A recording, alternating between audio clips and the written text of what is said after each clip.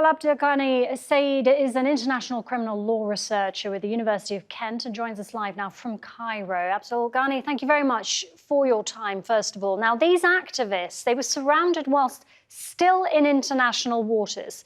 Is that legal?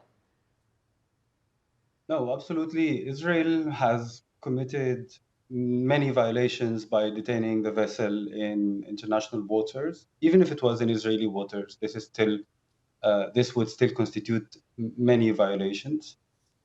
Israel had no right to intercept a UK boat. The boat was flying the flag of the UK. So this is a boat in international waters that falls under the jurisdiction of the UK. It is a boat that is carrying humanitarian aid. So Israel has no right to block it in international waters or in Israeli waters. And it doesn't have the right to block it in Palestinian waters either.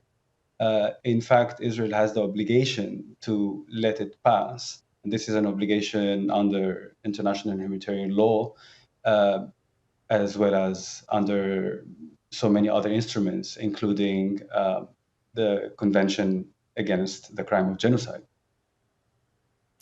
Now that they have arrived at the port of Ashdod, how long can they actually be detained for before being deported? Well, Israel may have the right, this is not really the case, but Israel could say that it has the right to inspect the boat.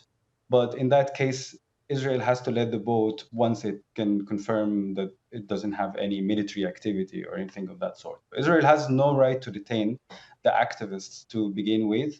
So your question about how long, I cannot answer it because the fact of detention itself is a violation of the UK sovereignty. It's an act of aggression against the UK. And it's also an unlawful detention of citizens of European countries. So the fact of detention itself is already a violation, is already a grave violation of international law and of the jurisdiction of these states, the states that have jurisdiction over these citizens. At the moment, the European Court of Human Rights actually has jurisdiction over these acts that Israel has committed against these citizens. So the detention itself is unlawful. There's no really maximum or minimum amount of detention. It's unlawful. These activists, bottom line is they were trying to get aid to Gaza because Israel continues to block aid from getting in. Can the intentions of the activists be considered criminal? No, of course, the intentions of the activists basically is what we have in the boat. The boat has humanitarian aid, and then Israel has no right to stop the humanitarian aid. And really, there is no more to say on that. Israel has an obligation, actually, to facilitate the arrival of the boat. Abdelghany, we really appreciate your thoughts and your time for speaking to us here at TRT World. Abdelghany Sayed, speaking to us there live from Cairo.